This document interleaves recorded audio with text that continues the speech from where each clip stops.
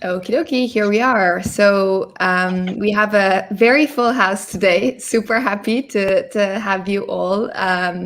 We have Rob Ness, we have Lewis, we have Joe Looney, Eleonora, Jason, Artno, and Vera Squilla. Hey, hey, hey, hey.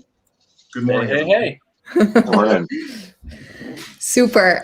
So as the name says, we're here to talk about rare Pepes, which are parts of crypto art history, really. And who best to speak to than all of these guys? I will pass it on to you all. I think maybe actually. I don't think introductions are needed, but like just a quick kind of like literally 10 seconds, just say, hi, hello, this is me. And then we can start going into it. Rob Ness, I'll start with you because you're the first one on my screen. Yeah, I'm Rob Ness. Been in the space since 2014. I mean, when the Bitcoin, shot to 1,000 and all of a sudden everybody was kind of looking at it. And then I kept sleuthing around and found Joe and the rest of the guys doing the Counterparty project. The first time I figured out what burning meant, which is I think it's pretty profound in its own right. But from that point on, just little infamous Telegram room starting to mint dank memes on the blockchain, and from that point on, it grew into a worldwide movement, and still kind of unknown to this day, kind of, but yeah, it's been good, been fun. Super, Lewis. Yeah, I just kind of just ran into, the Rare Pepe blockchain project, kind of like adjacent to other interests, and both like crypto and meme culture. So it kind of, like, oh, here's an interesting combination of all these things. And yeah, I think and not being a trained artist or anything, but I think, I think once I made some Rare Pepe and it sold for like $5, I don't know, it just like instantly clicked. There's like a feedback loop where I was like interested in making art, and I think a lot of other people kind of caught on in a similar way, weren't even necessarily artists, but like could see the like potential of NFTs quite early on before they were called NFTs. So I think the Rare Pepe is quite integral in the genesis of crypto art as such. Definitely. And Joe? I'm Joe Looney. I built the Rare Pepe wallet that everybody uses to trade Pepes, and I was also one of the Rare Pepe scientists that would certify Pepes as rare. If they were dank enough, then they would make it into the directory. I've been in Bitcoin since 2013, discovered Counterparty, which is the platform that Rare Pepes use to issue assets on top of Bitcoin back in 2014. It took up until fall of 2016 before we realized that there was a project prior to Rare Pepes that used Counterparty called Spells of Genesis, and it was like almost like Magic the Gathering style game.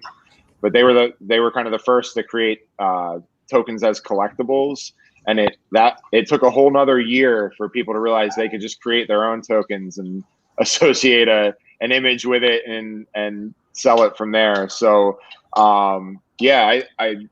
Rare Pepes were certainly what they did is they kind of removed the aspect of these tokens having to have usefulness. Prior to that, they were like game assets or game tokens or something like that. And Rare Pepes were just Pepes. They were just collectible little images that people associate with tokens. So it was really kind of the first instance of the classic NFT that we all see today. So definitely an important project.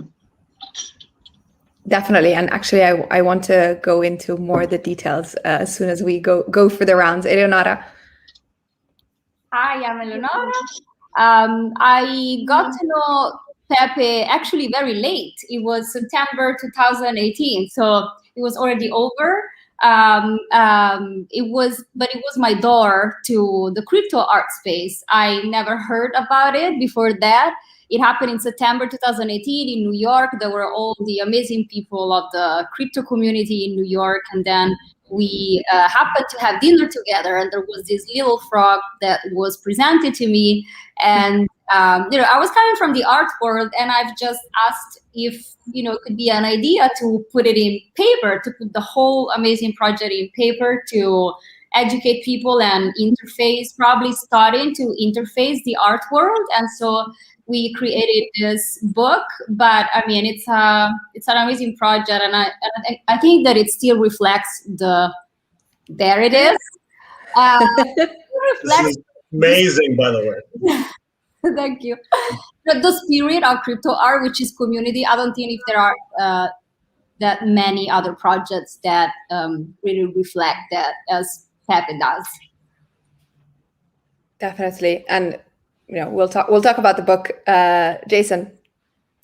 Yeah, so I'm Art Gnome, or Jason Bailey. A lot of people maybe think that I'm sort of an OG collector in this space because I started in 2017, 2018, but I was actually late to the party. The people think that I was in early because they tend to not recognize or realize that Rare Pepe had been around since 2016, Joe, is I think when it kind of kicks off. So I was lucky enough that I got in to this space when they were still accepting submissions. So I have a few official Pepes in. Joe did a bunch of hand holding. I was like a pretty slow and painful study in trying to figure out how to get my Pepes past the scientists and into Rare Pepe wallet, but proud to be part of that history. Have been sort of crusading for the last 4 years to make sure that when I get invited to like speak at Christie's or Sotheby's or to kind of talk about NFTs, that Joe and the Rare Pepe community get as much credit as they deserve. So I think we can get into it, but arguably before Rare Pepe wallet, there were like individuals doing sort of like things that kind of were like progenitors to NFTs. They're like the predecessor or whatever.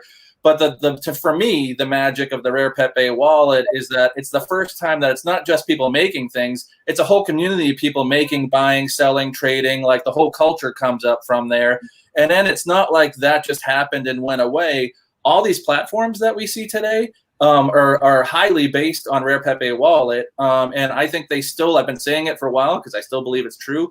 There are things in Rare Pepe wallet that that platforms should still pick up on and learn from, 5 years later now, right? So I think about like gift cards and, access tokens and, video game oriented, there was just Rare Pepe wallet was way ahead of its time. So, I don't think it gets the attention it deserves because you have to explain what happened with Pepe culturally with the alt-right. So the media get really lazy and don't want to have to explain both what an NFT is, what the blockchain is, and what happened with the co-option of Rare Pepe.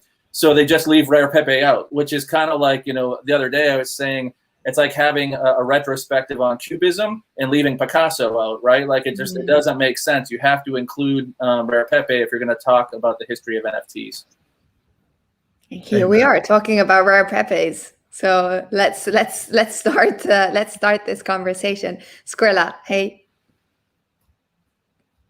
I love your hat, by the way. Yeah.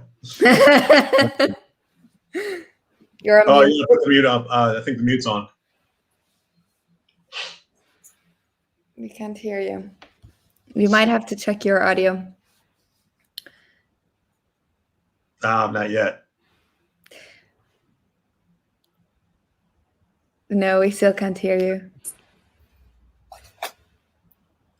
No. You got to get it out of the Pioneer decks, dude. There you go. Actually, in the meantime, whilst maybe check your settings if you go to cam mic. Yeah, okay. Well, when he's back. But I actually wanted to start I think like the Pepe as like a meme gets used so much everywhere. You see it all the time, but I think not a lot of people know about, where it comes from, actually why it's being used so much around, the community. So let's start from the very, the start, Joe, obviously, as the creator of the Pepe wallet, how did it all start? Talk to us about that. Yeah, I mean, I was only like familiar with Pepe and rare Pepes just because it was a meme that people used a lot just in the crypto community. A lot of like you'd see like Pepe's with the candle charts next to them, and it was just like a meme that everyone just kind of used, and it was, I mean, it was a pretty popular meme, just like an internet culture. And the whole idea of rare Pepes prior to the rare Pepe wallet and the NFTs was it was kind of this funny like thing where people would have these Pepes they would say were rare, and usually what that meant was they hadn't shown them to anybody, so they've got these like super rare Pepes that nobody's seen.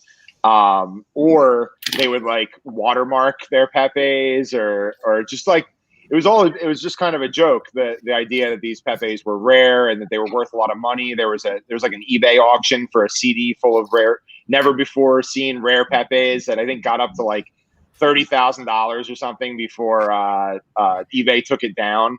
And so this is all prior to the NFT rare Pepes. So the way Skrilla, can you talk now? Is your Yeah, I wasn't trying to interrupt you. I was just putting on some. I'm not as pretty as Homer Pepe, so I think it's a little better.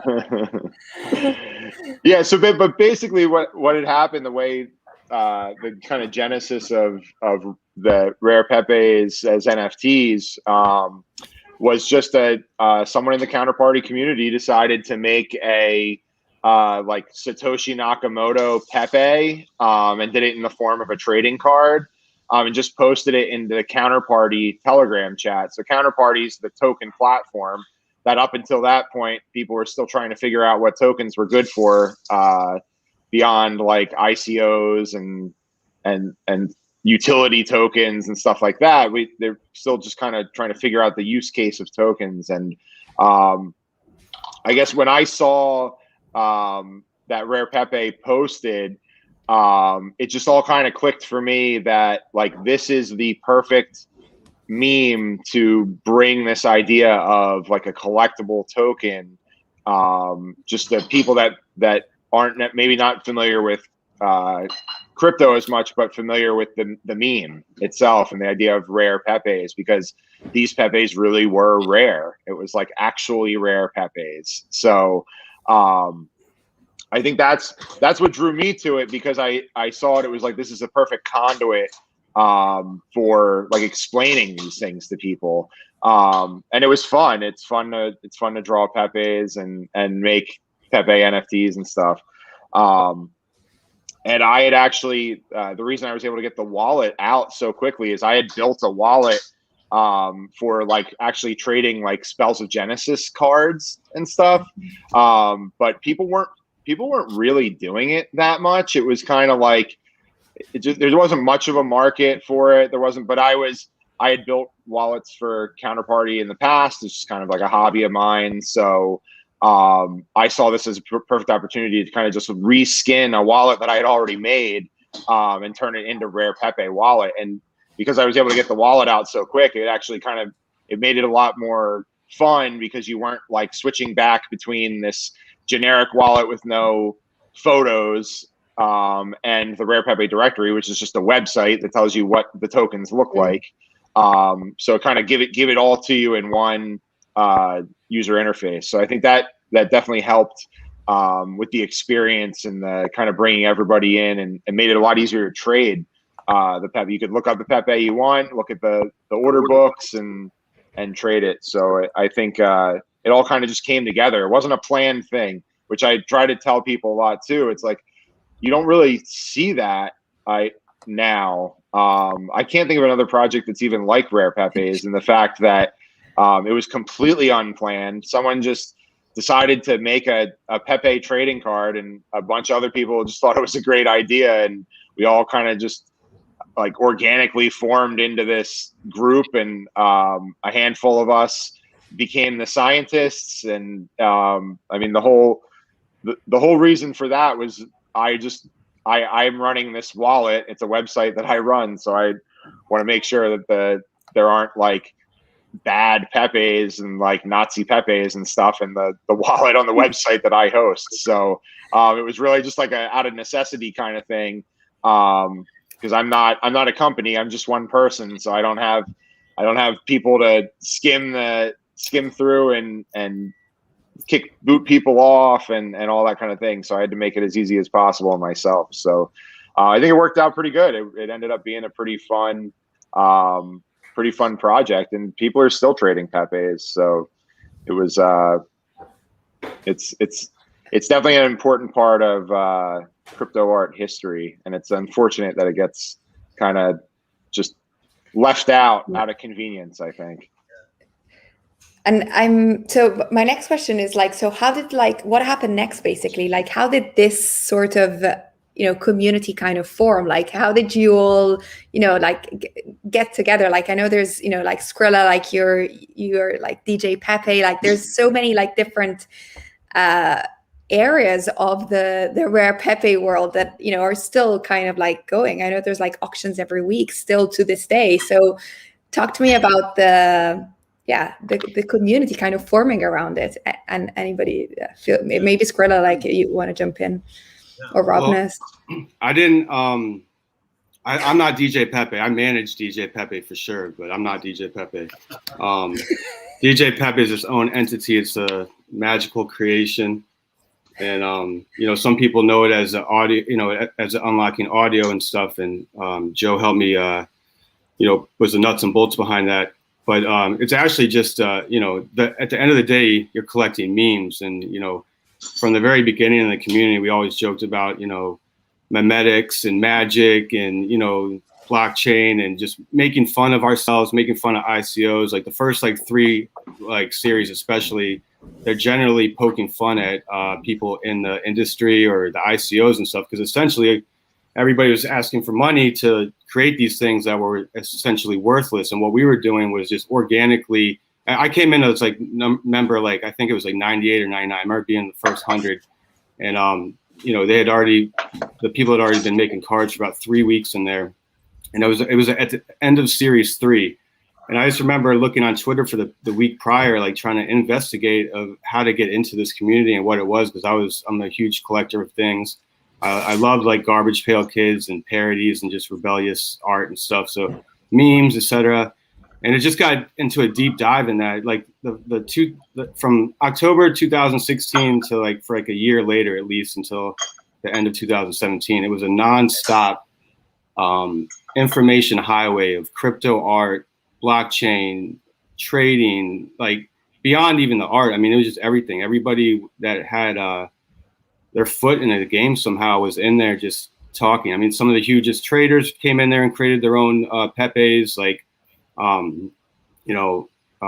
Chicken Pepe was created. Some people know, I think, what was it, I forget the homie that died, but he was a big trader. He made one. Another big trader that was a pumper on Bittrex came in and made Pepes to, as social tokens for his trading room.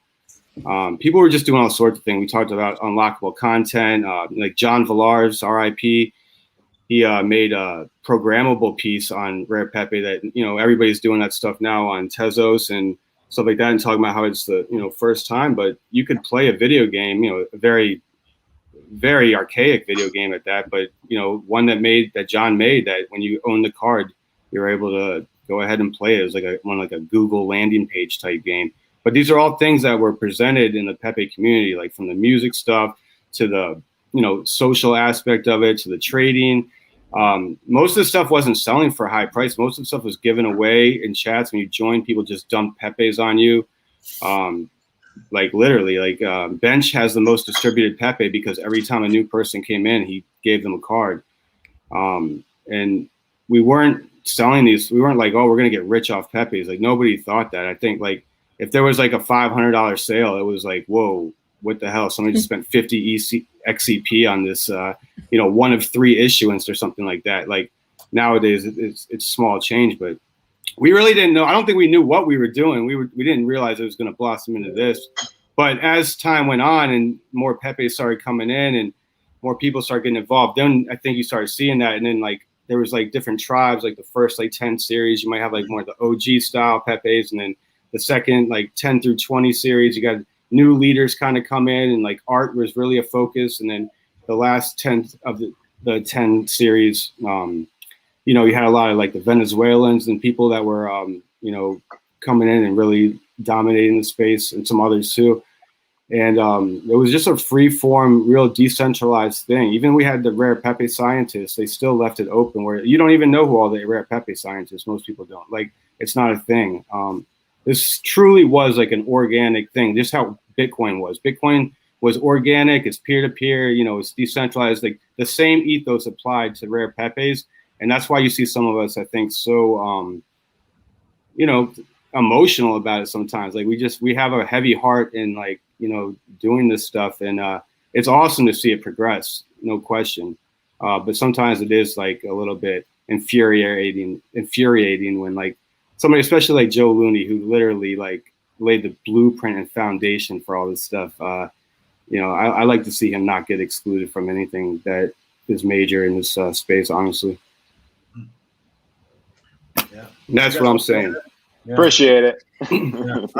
I'll share something really quick because I know we got to talk volley it around, but I got into it because I was literally in a crappy ass lockout space, playing in like various bands at the time, and during brand practice, in between, I'd be doing crypto, trying to figure out what the hell counterparty was, and I was actually beta testing Spells of Genesis at the time.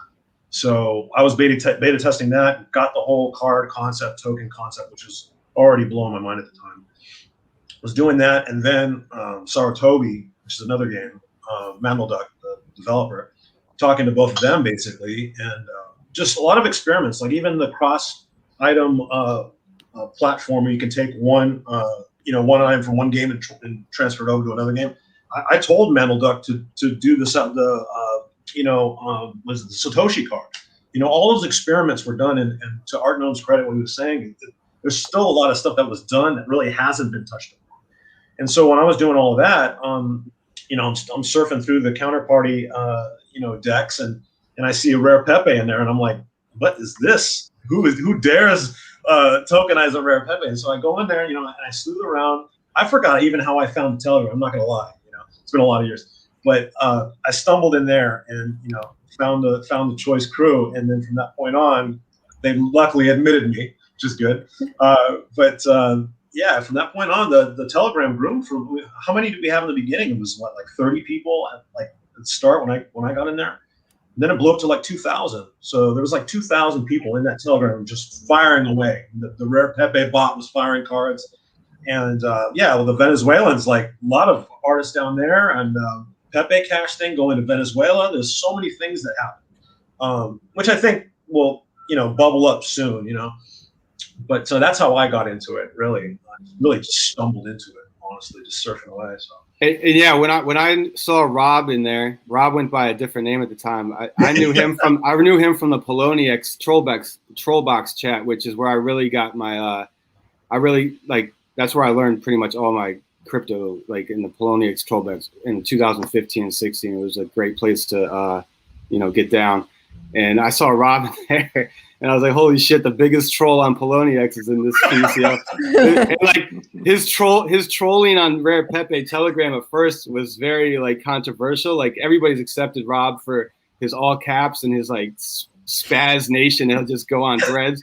But it was like, Rob was he was like the first character in there to like really like cause a fire. And then you had like ICQ and Tawa and all these different characters that came in over time, and they became like the enemy. Sometimes they became like an enemy, or they became like your polar opposite of the chat. But they all like became like leaders and like thought leaders and like leaders of the Pepe stuff for the most part, except for Tawa, who got, I don't know, he might be under another alias these days. But I just assume he's always there. There was villains in the Rare Pepe chat. There was just all types of characters in there. Yeah, well, it's funny too because the all caps thing really started from Polonia. So I would get banned every day on the exchange for using it. So I literally was just doing it for entertainment. I would go there, type literally one sentence in all caps, and then I get banned for 24 hours. And then after that, then I go to the Rare Pepe Telegram room and would just hang there and just, you know, make the dank memes and slang them. That's about it, you know. And then from that point on, when you know, Koji and he made the Indie Square wallet, that's when all hell broke loose. That's when we can, you know, really like have a platform on the phone we could trade. You know, and the book of orbs too was a major thing in the Rare Pepe trading. Like that was a major application. It was on iOS, it was on Google, and you had a number of different XCP. Like you had a mobile wallet that looks like the platforms you see today on mobile wallet. I don't know what happened. I remember iOS banned Bitcoin, so you couldn't get the iOS anymore. But Book of Orbs really helped out a lot. And I think when that ended, it hurt the Rare Pepe trading considerably. Yeah. Oh, Leonora or Arno, if you want to jump in, I don't want to hog the space. I'm sorry. Yeah, Lewis, did you want to weigh in on sort of, you know, when you came into the community and what you said? I'd be curious just to get Lewis's take. Sure. I guess just following up on like the characters of Rare Pepe idea. Yeah, I remember I liked the character of ICQ Pepe because he kind of became like the Joker. He was like self-cognizantly like, yes, I'm the necessary villain of this chat. Like, you know, I say the truth that like the moderators can't, you know, take, and they're gonna ban me. Like, if you have to ban me, do it. And yeah, it was just a lot of just weird, niche internet drama, you know, just going around Pepe world. Because of course, like, you know, these things were also, people were buying them, selling them. Some people were like more like sharks, and they would just kind of like get good deals or, you know, do whatever. And like some people didn't agree with what other people were doing, but, you know, it was kind of a Wild West for like doing anything with your digital assets within the purview of, you know, the Rare Pepe project and the scientists. So yeah, I think a lot of interesting characters in that chat. And so far as, when I started, I think I got in about maybe like a third of the way around like series 10 or 11-ish. And so there's kind of like the OG Pepes through series 1 through 5 had already like come and passed. And even at that time, they were still quite like valuable relative like commodities. You know, there were only so few of them, and they were like the original Pepes, and everyone, you know, wanted the original ones, right? And I think it started to get a little more, the art style started to get a little more professional around like series like 10 through 20. You have like some really like good trained artists coming in. And then, towards like the end of the series, definitely like a large amount of very talented artists were submitting Pepe. So it's interesting to see that, like kind of graduating from this super niche internet Magic the Gathering trading card, like Photoshop style, it's like pure meme, into like the meme as art. Yeah, totally. So I mean, like the meme being the valued one as the provenance of it. Yeah, I was going to say, I think, you know, it was interesting when I was heading into Rare AF in early 2018, I was trying to figure out, like, is it okay for me to like Pepe's, right? Because, you know, again, I came late and there was already like the whole, like, Pepe is owned by the alt-right. And like, I kind of came in with my guard up, right? And then sort of the ironic thing was the crew that I ended up hanging out with in New York City that night, which were all like Rare Pepe people. Like, you couldn't have chosen a more diverse group of people, like across all spectrums, right? Like, it was almost comically diverse, right? And I was like, well, clearly, like, if all these people are participating in Rare Pepe, like this fear of Rare Pepe being like, you know, excluding other people from different backgrounds or cultures, like, it just can't really be the case, right? And that's when I realized, like, oh, this is really about Pepe can be all these different things, right? And I had already kind of thought, you know, I come more from the art background than from the blockchain background, but I was like, look, memes are like gonna be seen as some of the most important art of our generation, right? So like the idea that like there's anybody can put them out there, it's not always even clear who put them out there, and it's not through this top-down one or two selected cultural mavens that choose whether or not they travel and who sees them. It's purely organic, right? And their power is through their ability to travel, through from person to person.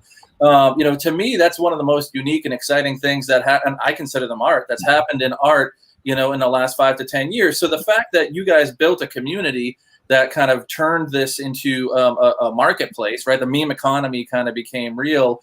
Was I think is like really, really important part of this, that maybe, among the many things that gets watered down and gets lost when people don't talk about Pepe's is the meme part of it, right? So we're starting, as we see more and more traditional digital artists come into the space, people forget that this all comes out of, comes out of memes, and that's sort of, it was a joke. When people fight me today and say like, why don't I just right click and save this, or you're stupid for buying a JPEG or whatever, like the real answer is like, I am stupid for buying a JPEG. Right? Like the whole thing was a joke when it started. So it's like, if you go back to the people that started it, the reason it's a real thing is because people decided they wanted it to be a real thing, right? And it was specifically this culture and this group that decided that it was going to be a real thing, that brought it into real life, right? Like without this, there isn't this whole NFT thing that now people almost take it for granted that like, yeah, NFTs are a thing, but like they weren't prior, right? And it didn't happen magically. It happened, I think, through this group in developing. And then I guess the last thing that I would say along those lines is there are some other pretty core things, right, to NFT culture that come from this space and in this culture, or this group, which is all the Joe put all this time and energy into building this platform and took zero commission. There was no commission at any point in time ever, right? So we now think of NFTs about how we fight to make sure there's a 10% royalty for like secondary sales and stuff. Like, where does that come from? This idea that artists should actually get more, or maybe should get all of it, right? It kind of comes out of Rare Pepe Wallet, where artists just get all of it.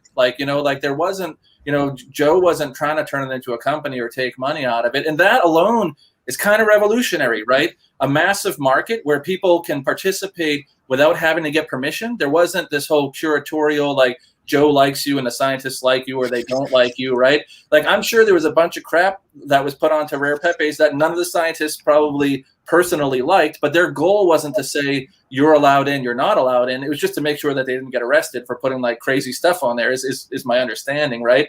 So like this fully decentralized market where artists get 100% of the royalties, and all of these people are doing like crazy unique things that are pushing the boundaries of what you can do in a space with zero history. They're not pulling from this history of like other people doing this. They're inventing it, right?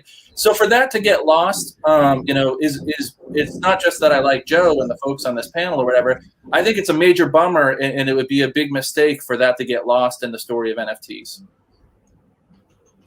Definitely. And actually, Joe, like maybe you can talk a bit more about like, how you created the wallet, and like what was your thought process behind that? And yeah, like everything that, Jason just mentioned, like the 100% going like to the creators, taking no fees, etc. And that like the real concept of decentralization, which you essentially built. Yeah, I mean, I guess it makes more sense if you were in crypto like earlier on, like 2013, 2014, 2015, especially the bear market after the big run up, the end of 2013.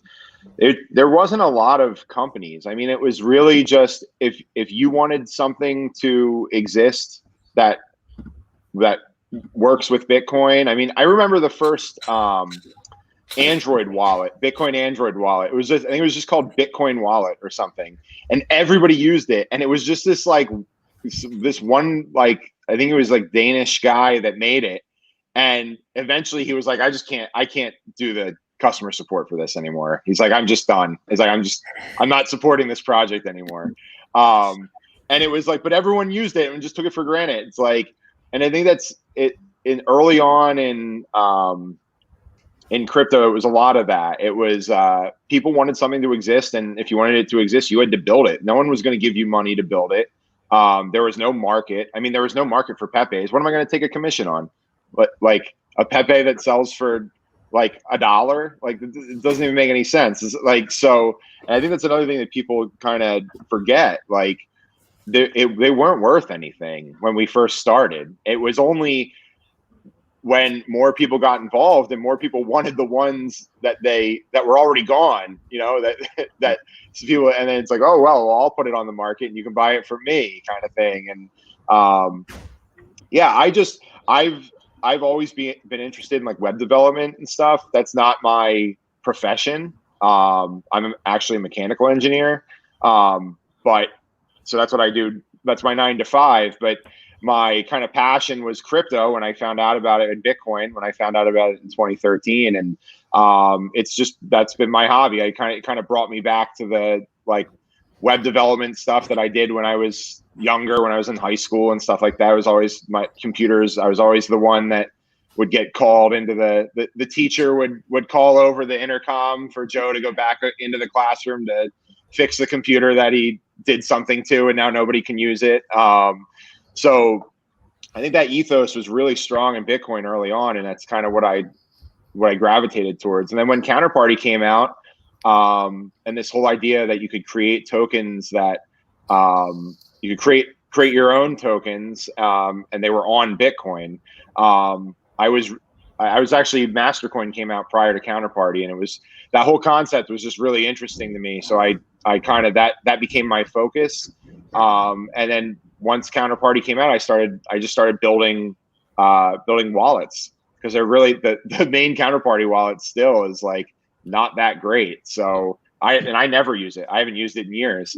I just use the ones that I made. So yeah, so it like I built a Chrome extension wallet for Counterparty tokens, very similar to MetaMask, in 2015, actually, like 2 months prior to Ethereum even launching. At the time, nobody wanted to download a Chrome extension, because you get even now you download a Chrome extension, you get that warning that pops up and says, hey, this extension can read and write data at all the websites you go to. And for some reason now everyone's okay with it, but at the time nobody wanted to download it.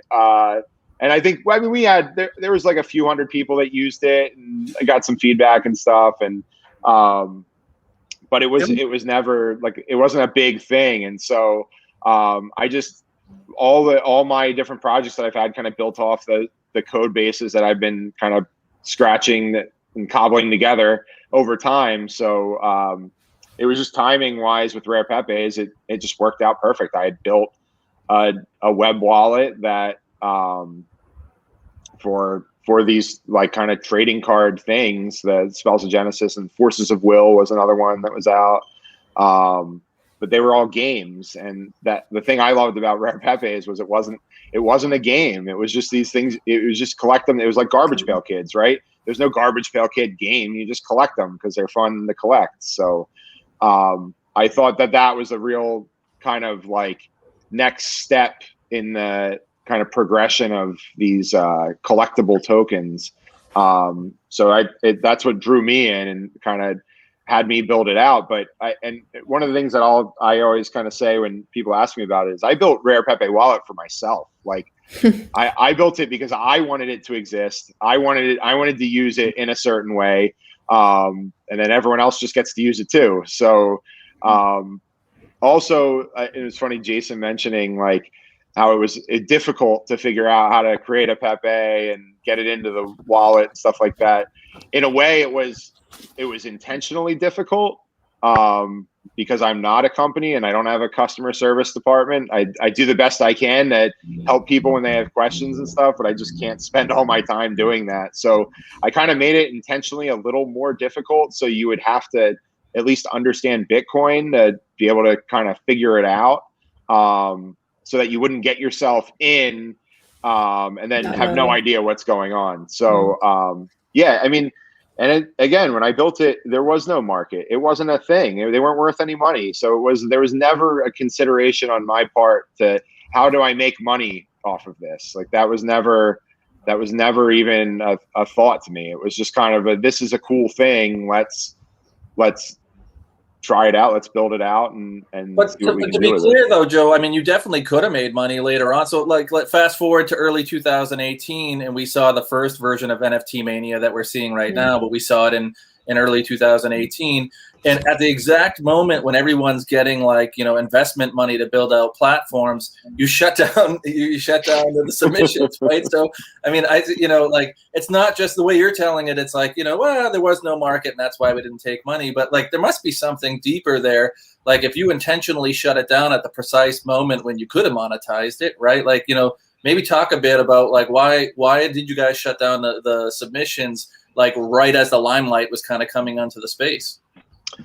Yeah, I mean, I did consider trying to like build a company and do kind of tokens and stuff full time, but that didn't last very long because the first time I started, like I was actually sat down to like write a proposal for something, and 5 minutes into it, I go, man, what does this feel like? Oh, this is what I do at my job. I write proposals for projects. And I was like, well, this isn't any fun. So I realized pretty quickly that the reason I like to do it is because it was fun, because it wasn't a job and I could do whatever I want. I could tell anybody no. I didn't take money from anybody. That I'm not accountable to anybody. I could shut the wallet down whenever I want. It doesn't matter. There's like no accountability there. I don't owe anybody anything. So I think from my side of it, once I realized that, and I realized that probably mid to late 2017, that the reason that it was so much fun for me is because it wasn't a job and it was just a fun thing to do, that it made it a lot easier to make decisions like, okay, let's shut down the directory just when it's getting popular. It's kind of purist in a way, you know, like a purist move, you know? Yeah, well, I mean, that actually came out of after the Rare Art Festival, we got this like influx of people wanting to make Pepes, and it just became like untenable. Like the scientists approving Pepes, it was just not this nonstop stream, and it was like, I'm like sitting at my desk at work, like on my phone, like approving Pepes and stuff. And I'm like, now this is starting to feel like work, you know, like, and we had talked we talked about ending it after the 500th Pepe. That would have been the end of Series 10. I mean, we talked about ending it there, like, and then I think we talked about ending it at the end at 1,000 Pepes at Series 20, and then at 1,500 Pepes at Series 30, and then like finally, I think once it was just too much. And there were other projects coming out at the time that you could do. Bitcoins was one that had come out, and that allowed you to create your own NFTs, and so there was other options. And I think we being the scientists, we didn't want to jump the shark with Pepes, although I think we did on multiple occasions. But we didn't want to water it down, I guess. And I think the best way to not water it down is to just close the directory, you know, and that's it. And it's funny because it's like, you can tell it's totally unplanned. Like, we literally just decided one day, like, this is just too much. Let's close the directory.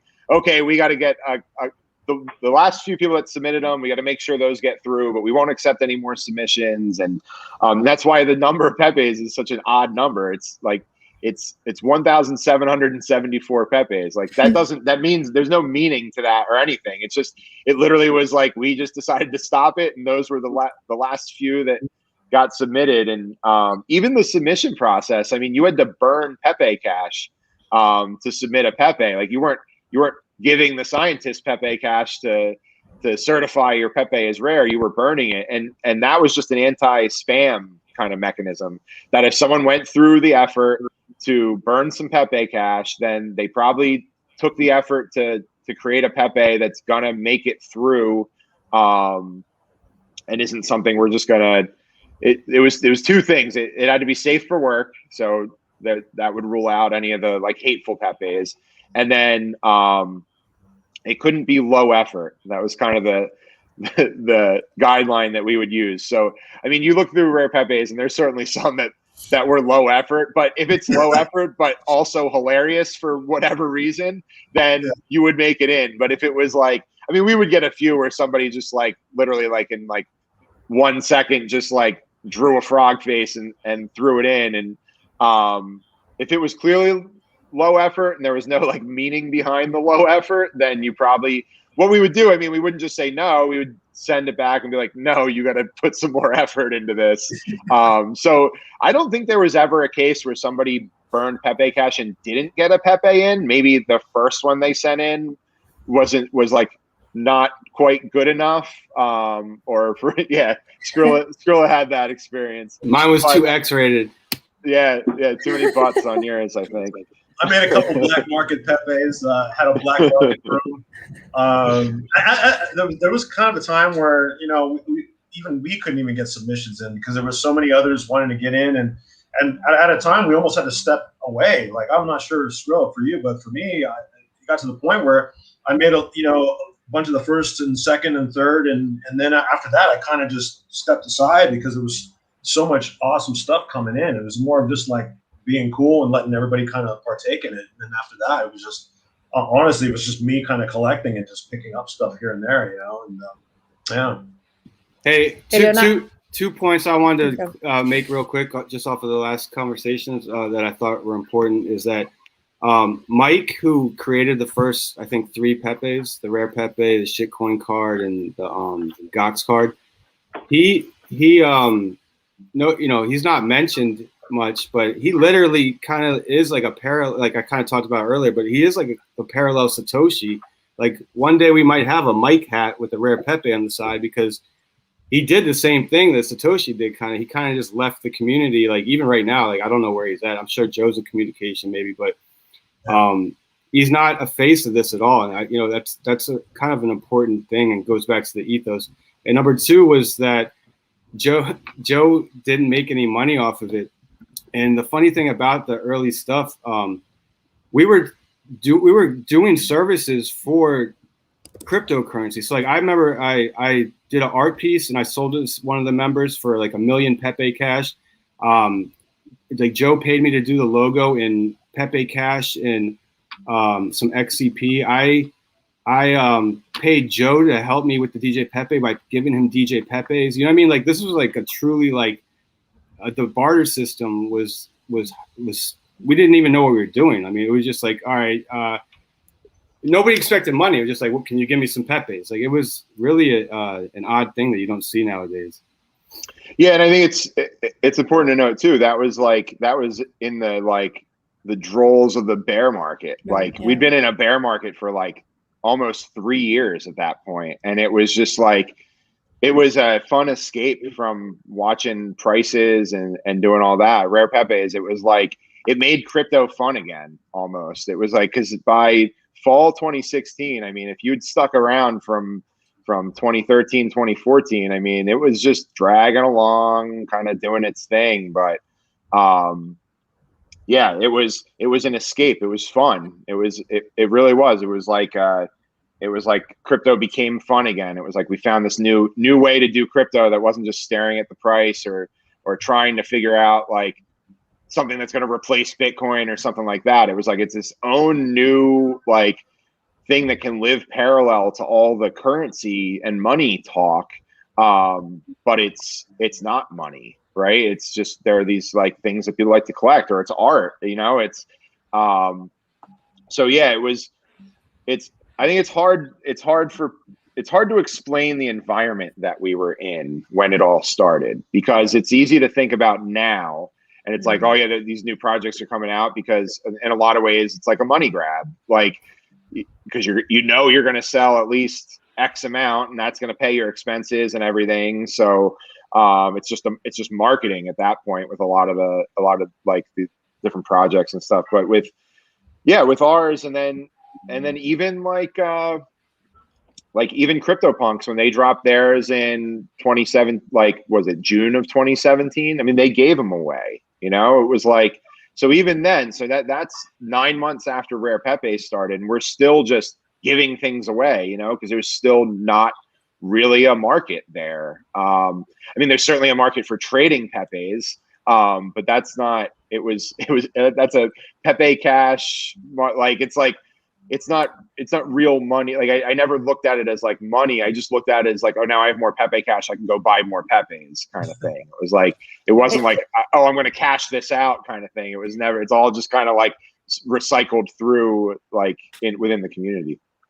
But it's like, you know, when you're kids that you're like trading, for example, like in Italy, I remember that you like trade like cards, like football players and stuff like that. Like the concept is the same. Like you do it for the fun of it, right? Like, you know, from hearing all of your conversations, like it's like, you know, it was fun.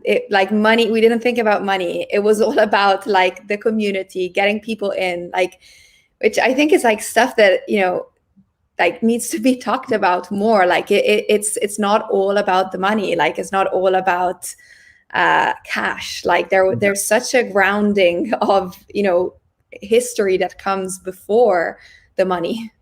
Yeah, And yeah. I mean, for me, with memes in general, there's like this transmission of hilarity that I think what gets overlooked, and like that's half the fun, was just making stuff that people would laugh at, you know. And it's kind of like I attribute it to like Dada, you know, and it's tongue in cheek, and I think that's just the magic of that, transmitting some type of hilarity along with it, and because of that, it's just fun. And from that point on, I mean, we just, you know, in the beginning, it seemed like there was like some Pepe land grab for certain names and stuff. I partook in that, to be honest. I'm not gonna lie. You know, I grabbed the Lord Keck. I was like, I'm gonna get the deity, you know, this and that. But to be honest, man, I mean, a lot of the stuff that was coming out was just funny shit, and we were just making some just you know, someone would make something, we'd laugh at it, it'd get minted, and then next thing you know, they'd give some around. And at the time, I mean, the Bitcoin, I mean, the transaction fees were like 9 cents. It was like literally the beginnings of like, you know, even super rare and known origin.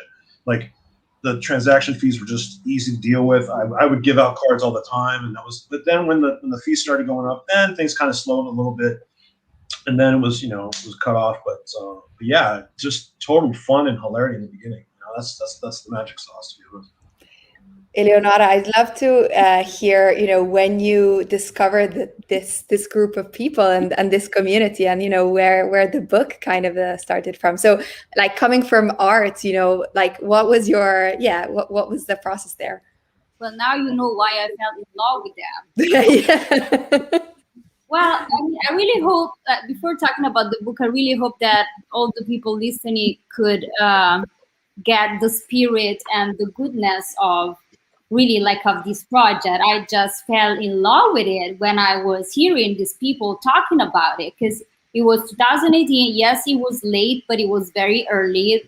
There wasn't this crazy like hype and market around NFTs. And when I heard this story, I was just like, okay, this is it.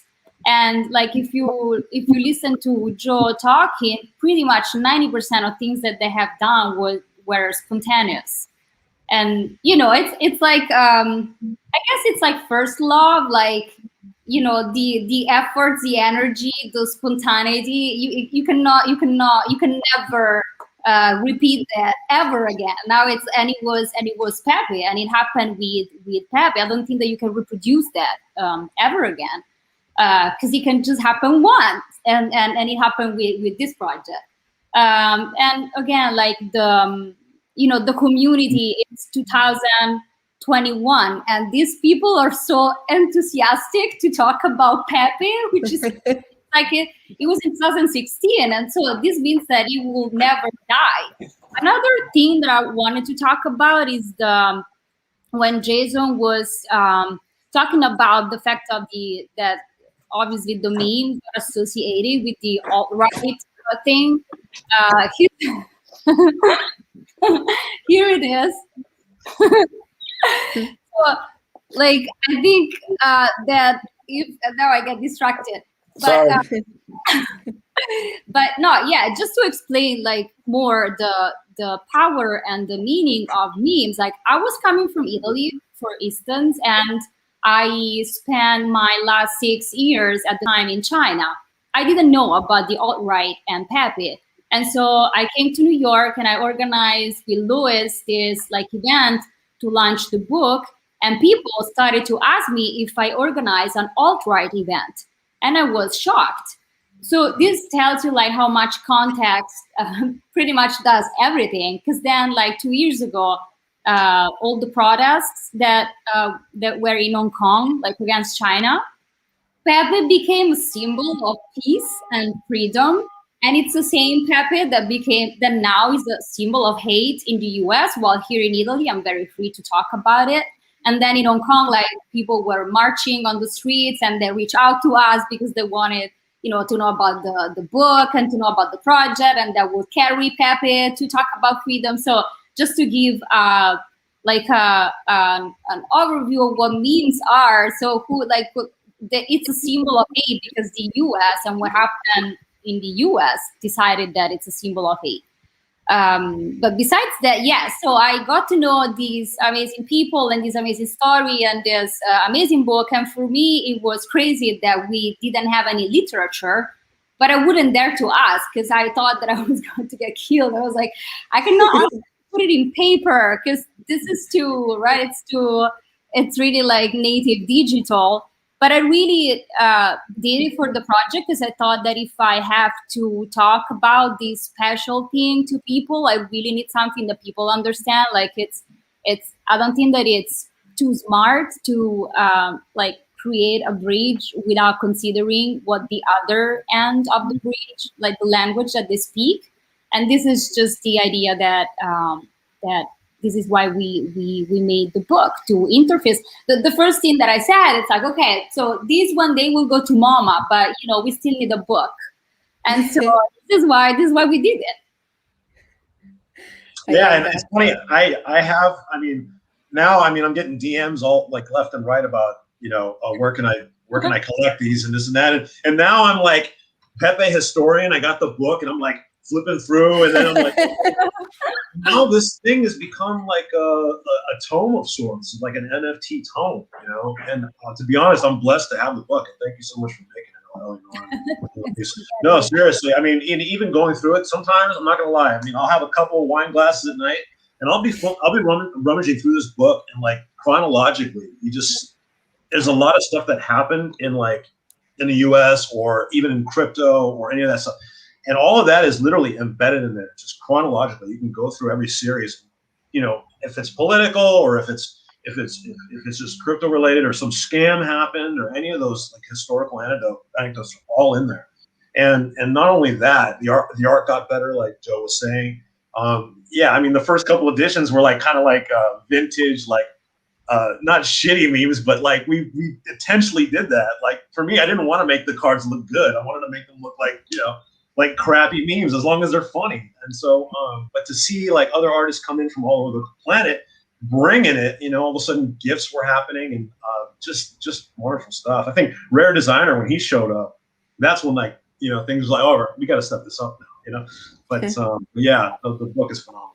Yeah, I was about to ask, like, who was the artist that put that spirit in? Because that's exactly right. Like I look back at some of the early Pepes, even the ones I designed, like I was literally like relearning Photoshop after like taking art off for like 15 years. I was like art major, and then this stuff started, and I look at my Pepes, and the early ones are so shitty. Everyone, like a lot of them were just so shitty Photoshop. And like that was the style. Like I think back, I'm like, why did I not even think to like draw something? It purposefully was like, all right, you take this like Magic the Gathering template and just like shit, like it was like, it's like the way you position, with the wording and the shit sauce, like that was like the mimetic magic of all this. It's really odd. And like as this, Rare Pepe opening back up in around January, where a lot of people started inquiring about getting these early NFTs again, I started going through my collection, and it really like brought back memories, like Rob was saying, of like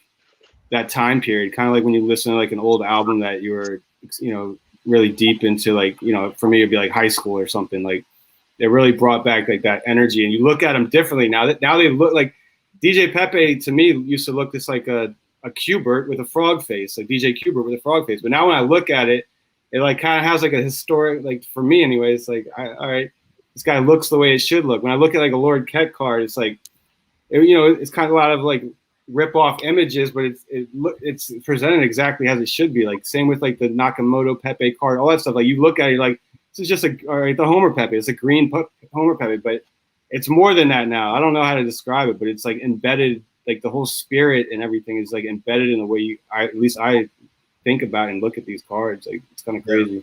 Yeah, I think they've become kind of iconic, right? So I mean, that's the way things. When an image lasts a long time, it doesn't just get lost, to history, and it's something that matters to people for years and years. The more you see them, the more iconic they become, right? So the reason Homer's so iconic, in my opinion, is because it sold for that 40K, and then people were like, what a moron. And then it resold for what, like 300K or whatever. And people are like, Jesus, I wish I bought that for 40K. But it's in the news, right? So it comes back, and each time it comes back, it adds to its inability to be erased because it becomes more and more iconic, right? And I think, you hit on an interesting thing. It's pretty important that the early ones were actually low effort-ish. I know, like we say, like you didn't let low effort ones in, but if the very first Pepes were like, super high quality, like, artists that like no one else could touch, people wouldn't feel like they could participate, right? Because they would be like, oh, damn, like I can't do that, right? So like that's early on. One of the articles I wrote sort of about crypto art in general was like, it's this participatory art form where like you don't judge it by like, how many years did someone spend in art school, or like how realistic is this, or how does this extend art history? It's more about like how dank is it, right? Like how funny is it? How in tune is it? Like, what are the like, what are they? Is it, like, so to me, you go back, and again, the book, is awesome. Great job, Eleonora and Lewis. And I think great art is a reflection of the time that it came from, right? It's like a time capsule, right? And like, you flip through, and Robness kind of was talking about this too. You flip through the rarest book or whatever, and it's really captured everything from like political stuff that was going on to cultural stuff that in like this like tongue-in-cheek way that's like a super unique style, because historically art was a thing where, we don't want you involved unless you're like really good, right? By like some sort of really good definition or whatever, right? And, part of what's unique about this that gets lost, and I think is important, is like, it fully, not only was it decentralized and that anyone could participate, but like the style or the aesthetic of it was a core part to why people felt like I can do that too, right? Like, I mean, I spent half my life in art school, but when I got to submit in Pepe, I intentionally did it fast and shitty because I was like, well, that's the aesthetic, right? Like, I could have spent like a day trying to build something in like Maya or writing some code or whatever, but I was like, I'm going to take that old video of the guy getting hit in the stomach with a cannonball and have a Pepe head on it that shoots out coins or whatever, right? Like, and I think it literally took 10 minutes. And I was like, I'm going to upload this and no one's going to want it because no one knows me in the community and it's stupid. And then I looked, like a week later, and I had made like, and I know it's not about money, but it did blow my mind. I was like, I just made $1,000 on a thing that took me 15 minutes to make. And like people, it wasn't so much like I made money, yay. It was more like, people value these things, and that's cool, right? Like that's when the light goes on. Yeah. I'd be curious, like what do you guys? So I don't want to like hijack it, but where do you guys see do you, if at all, where do you see the spirit of Rare Pepe and anything that's going on today? Like, do you see it anywhere? Do you think the spirit's dead? Do you see projects that you think kind of embody it, or yeah? I mean, okay, so obviously everyone knows like my history with Super Rare and this and that, whatever. What's water under the bridge? This and that. But when Max and I like had to use Rarible, at first like Rarible approached us to like mint there and stuff, and then everybody was kind of looking at that like, oh, don't go mint over there, it's cheap and this and that. But we started using it a little bit, and we started realizing, wait a minute, this is like we can just put anything we want up here without any questions, as many things as we want. And then I told Max, I said, this is where memes are going to get flung again. This is where it's at. And we liked the platform. It was fun at the time to use. I mean, now it's a little conflated, but at the time I told him, I said, this platform could be huge in Japan. It was just like, I could just imagine a bunch of, vending machine NFTs on here and stuff like that. So we started going with that. But I made a prediction. I said, I guarantee you we'll probably see a lot of Pepe memes on. And Max and I would just talk back and forth on Telegram. And next thing you know, we'd see Twerky Pepe, and we'd see all these other variations. What was it, the Lazy Pepe, or I forgot the name of it. But there's Pepe variants that pop up from time to time because it's it's just you can go on there and you can mint, you can contribute, and that's kind of like the magic of like mimetic art. Is just if you need to express something really quick, and if you need to make a joke about something really quick, you just fire it out, mint it, gone, done. Moment was made. So for me, I think Rarible was a good catalyst to have a little bit of meme action on the Ethereum network. So yeah.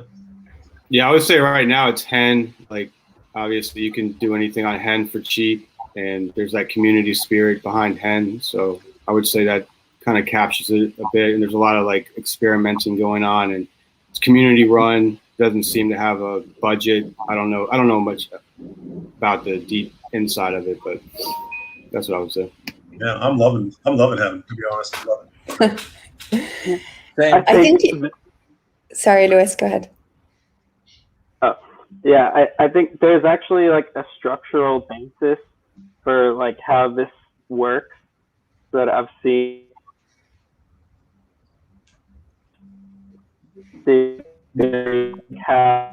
You're breaking up a little bit. Can you hear me? Mm-hmm. Yes, now we can. Okay.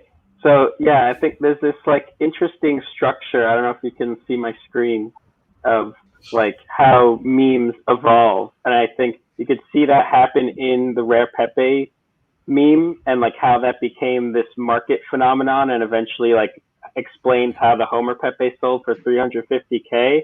And I think like successful projects that capture the same kind of mimetic zeitgeist, it'll follow the same pattern. Essentially, you have like this pre-ironic meme that's like a meme for the sake of a meme. So let's say like the original Pepe meme, right? And then you have like ironic Pepes, which were like the original Rare Pepes pre-blockchain, but just the meme that Pepes were rare, right? So it's like in the ironic phase, you have like the semblance of like transcendence, or like something that could maybe become real, but is not yet, but it exists ironically as such, right? And you have this like post-ironic category.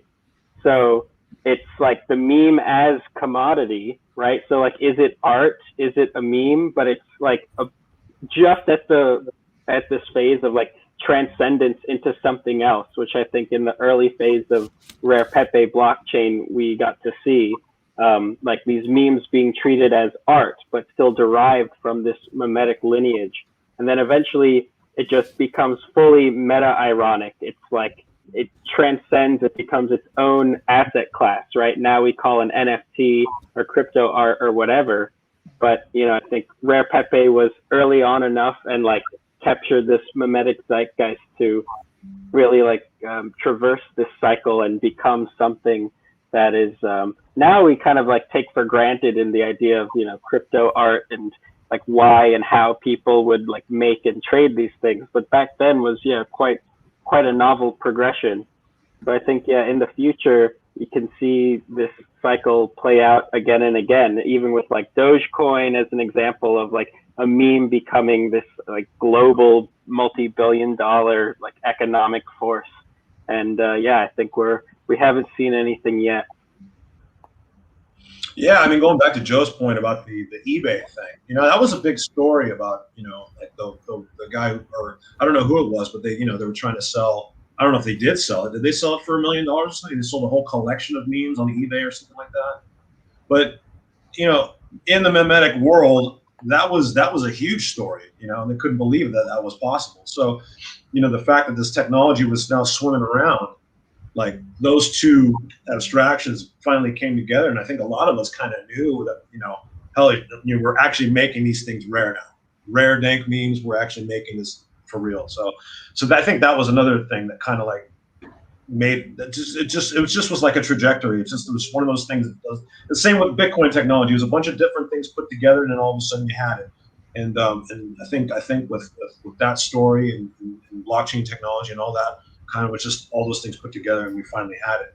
So I think, something on Jason's point, like you asked, where do you see this? But actually, like between, all of the kind of everything, the NFT boom, etc., like the community has still kind of been going, like, behind the scenes, like everything is still happening within Rare Pepes, right? So, it hasn't really gone away, it hasn't really like moved like to, obviously, you're we have like Skrilla and all of you guys like have been on the major platforms, but actually on the back end, like all of that community is still there and it's still happening. So I think that's like super cool, and something that it kind of, it's not like, as soon as like people saw the money, they kind of, ran away and went for the it's still there. So maybe that's something to mention as well. Yeah, you'll find the rare Pepe splintered among all the projects in the space. Like, that's what's funny is, like, as we said, like, people started, had their run in like the first 10 series, in the middle part of the series. Like, everybody had like different runs that they were like really active, and those people, you'd start seeing some of them dispersed to other, projects. And I mean, really, like, the rare Pepe captured the whole crypto art NFT space for sure. And there are people, I know you're talking more, Mikola, about how the culture is still there, and it's not necessarily dead, but, and not to bring it back to money, but there are people that are pretty shrewd and sharp that want to collect rare Pepes, and, the deals don't get as much attention and aren't as high a profile. But I think folks on this panel can attest that there's some pretty big Pepe deals going on, that just don't get talked about as much.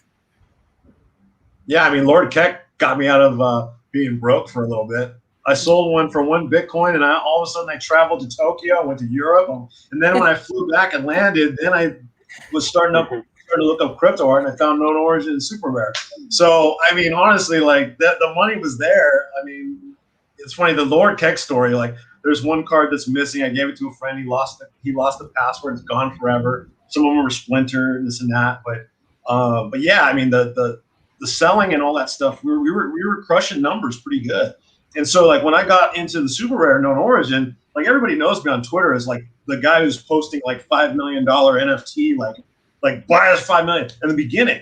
And everybody thought it was crazy, but like for me, it was kind of like I came in with like a big head already knowing that this was going to go there, And so it was kind of funny. Like, I went in there not even really thinking it. And when I went to super rare and got Coldie's piece for $1,000, I wasn't even thinking anything about that. I was like, I'm buying this piece. I don't care how much it costs. And then that's when that bidding war happened. So it was weird. It was like I came already from that mindset of this was already possible, I guess. So it's just kind of hilarious. But yeah. Anytime somebody says, and we've said it a few times here, nobody thought these things were going to be worth anything, I'm like, well, you need a little asterisk there, because Robness thought they were going to be worth something. Yeah, and it's funny, Pepe Cash too is like a whole nother universe. That is like a whole nother story of like weirdness that, I mean, it gets overlooked because it is kind of like a financial thing. But like the funniest thing for me is when we got it into like the Xife exchange in Japan. It was one of how many, like 7 major cryptocurrencies that were accepted in Japan. And like for some reason, Pepe Cash snuck in and like was one of them, along with Litecoin. Yeah, it was like whitelisted as like an official currency in Japan. By the government. The government said Pepe Cash was good. Yeah, we found the government, like whatever the like financial, like the state financial thing in Japan. Like, I can't read anything on the page from their document except in the little table in the bottom where it says Pepe Cash in it. So yeah, that was Those guys from Toronto built a whole exchange base for Pepe Cash as well. Like, the only thing that was really traded on there was Pepe Cash for like a year and a half before it went down. Oh, Tux, yeah. Like Tux really sent Pepe Cash to the moon. Yeah. So yeah, that's a whole other economy that was built, and just it was good times for sure. Yeah, like what's the CryptoPunk market cap, like 100 million or so? It's around there. Like, Pepe Cash went to 100 million at one point. It was the top 10 or it was the top 100 on CoinMarketCap at one point. Yeah, it's not on there anymore, huh? You probably have to go on Google to find the actual graph, probably. But yeah, it got to pretty insane levels or something. And those are those traders like Actual Advice and all them coming in, and that's why RIP Actual Advice. They came in and they started like announcing like that the Pepe Cash was a shit and this meme currency and fuck Dogecoin. Let's go with Pepe Cash. yeah. Pepe Cash was starting to like kind of overshadow Doge for a little bit, and it was funny. So I have like a 5-year-old kid's question or whatever, but I'm genuinely curious. Like, what's everybody's favorite Pepe? Like, just because if people are new to this and don't know anything about it, like, it'd be funny to hear what everybody's favorite Pepe is. I mean, you please start. Yeah. I mean, for me, it's like, honestly, it's the weirdest like one. Like why would you pick it? I always refer to like the CSAT Pepe, closed source alpha technology, just because the picture just cracks me up. It's like this it's like this like gargantuan spaceship like breaching reality and it's coming in and it's like over this beach and then like the Pepe is right there just just going see but just a funny card. I don't know, it just cracks me up every time I look at it. It's not the most popular card at all, but for some reason the close source thing just cracks me up. Anybody else? I mean, my is Invisible Pepe on a floppy disk, given as a gift by Joe Looney. I particularly like it because I would have to go find a floppy drive and figure out how to make it active just so I could not see my Invisible Pepe. So it's like quadruple ironic. This is like, cornerstone of the Art Gnome collection. So that one would be my favorite. Yeah, I got the one I always tell people when they ask what my favorite one is Pepe Peanuts. It's just like I was thinking about the one when you said low effort that you didn't allow. Yeah, it's like the lowest effort Pepe. I love it. I don't know. It makes no sense to me. I have no idea like why someone would have made that, but that one. And then I also like Pepe Jose. I'm a whale Pepe Jose holder because but it was that's another one that's just like funny. It's just like two Pepes talking to each other, and it was like "Que pasa, Pepe?" and it's like "Que pasa, Jose?" And it's like that's it. Like, that's all that's on there. I would have thought so it's funny. What about Hair funny Pepe, Joe?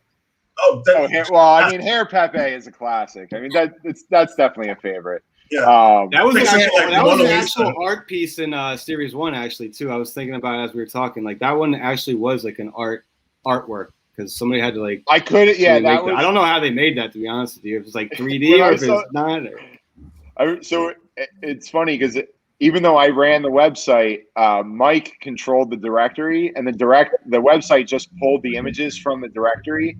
So I didn't necessarily. And in the beginning, it was just Mike. Mike was the only scientist for the first.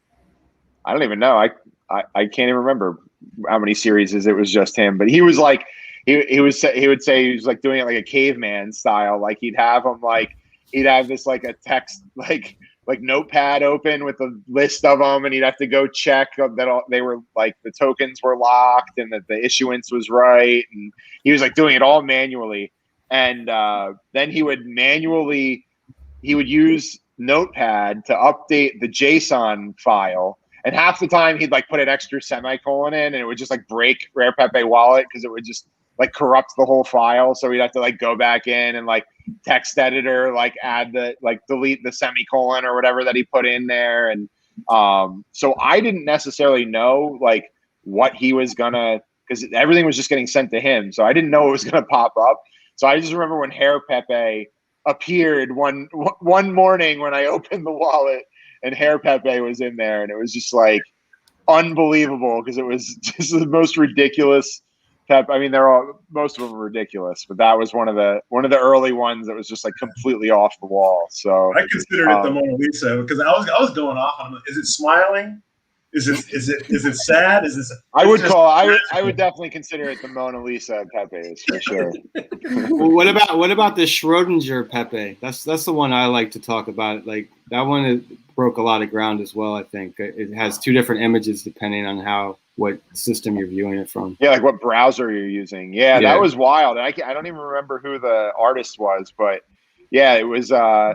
He used some quirk in the way PNGs are like interpreted by different browsers, and some browsers will interpret the image a certain way and some will interpret it a different way. And I didn't even know that was even a thing. Like I just assumed they looked the same on everybody's computer. But I remember that confusing me a lot too, because it looked different on my phone than it looked on the computer, and I couldn't figure out why it was different. And then the guy like jumped into the chat and explained it. But yeah, it literally is a quantum Pepe. Like it exists in two states at once until you observe it. Like it doesn't get any more like quantum than that. So it's like that kind of stuff. Like even that kind of stuff, I don't see those quirks being kind of even played around with now in the NFT space at all. Like where you're looking at this thing. It's not just the image, it's what device am I using to look at the image? Like, how am I actually observing this digital thing?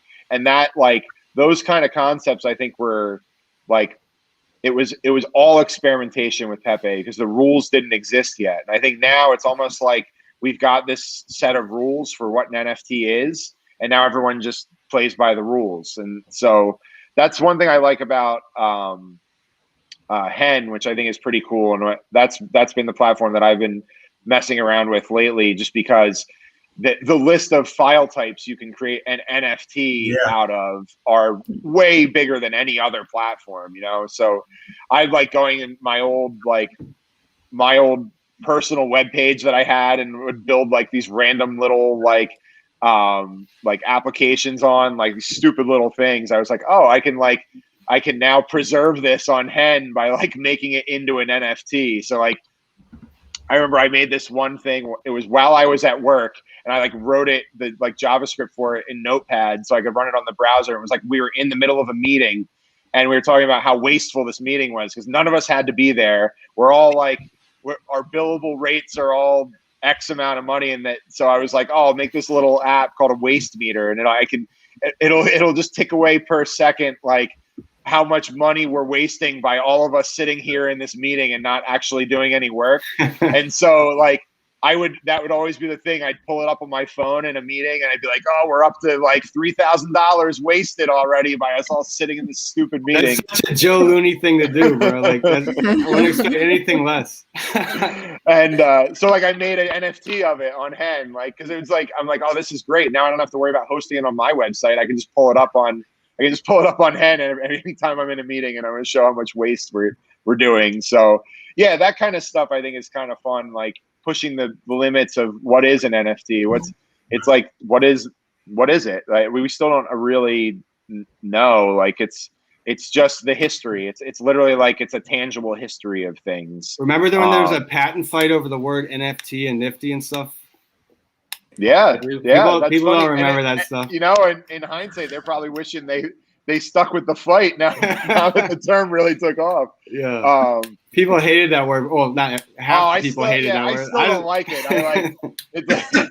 It like gives me a bad taste in my. Every time I say NFT, it gives me kind of a bad taste in my mouth. Okay, but it reminded me of like, because I mean, shoot, 90s rave culture. Everything was called electronica, and like the very first time I heard EDM, I'm like, well, what's that? And all of a sudden, electronic dance music. I'm like, wait, they made a second term for it? Yeah. So that's what like NFT reminds me of. To be honest, like that's the same thing. Because what did we even call it? We just said it was blockchain art or crypto art. We weren't even calling it crypto art at the time because they were just Pepe's. That's all they were. And even then, like I still refer to NFTs as Pepe's sometimes. Like any NFT, it's just a rare Pepe. We should start doing that. It's like. So like when the Beeple thing sold, I remember like telling my wife, it's like someone just sold a rare Pepe for $69 million or whatever. It's like because that's what it is. I mean, it's just a rare Pepe. I mean, but yeah, it's hey, and speaking of like some of the things we're talking about with the Pepes, like the invisible Pepe, the Schrodinger Pepe, and like all the things that Pepes did like before the other NFTs. Like, I was just going in my head, like the Pepe Vault by John Villars was like the programmable one. Pac sold that red pixel on Super Rare, but somebody made the green Pepe, which is a green Pantone color, and that was the card. Like that was the same type of idea. Gus made the Pepe T-shirt in like 2017, really early on, where if you bought the Pepe, you burnt it, and he sent you a T-shirt from Mexico, and then you got a new NFT or whatever they're called at the time. Like so many of the ideas that are catching on now, like literally they all kind of like got that like brain activity in our chat. Like but that's what happens, right? If you totally remove something from history, like it's been happening to Rare Pepe Wallet, then you repeat it because people don't know about it, right? So I mean that's the problem with erasing an important chapter of history. people are going to are sort of doomed to repeat it without recognizing that it's all already been done, right? And maybe we would get more innovation if people were more aware of what had been done, because Rare Pepe Wallet got a little bit more attention, and then people would want to build on that stuff instead of just repeating it, right? But it's one of many reasons why it's a bummer that the project doesn't get as much attention as it should, and why it's good that Nicole and other people are starting to recognize it. And on this, I know we're like super, it was supposed to be an hour and it's an hour and a half, but I think it just calls for like the fun that is the conversation, which is great. I think, we have like a few events that are coming up next week, especially with Narcissus Gallery, who have really, put a lot of effort in deciding to bring up the Rare Pepes as a project and making sure that it gets the recognition that, it deserves, and that people really know about this, because it is history, and, everybody talks about OG, and it's important to set some things, straight. So there's a lot of talks that are happening like from Monday to Wednesday next week, as well as an auction that is starting on Tuesday. And so, this bunch of people plus more people will be on various different clubhouses and stuff like that. So yeah, we'll have much more to talk about, and maybe like some funny stories. I know like Skrilla, you have like some funny stories to tell, so looking forward to those. But for the time being, thank you so much. Nice. Just Mother Pepe in Rome with an ancient sculpture. Nice. Love that. Thank you all so much. Thanks a lot, Nicole. Thank you. Thanks all. Thanks for having us. Talk to y'all later. Get easy. Bye. Bye everybody.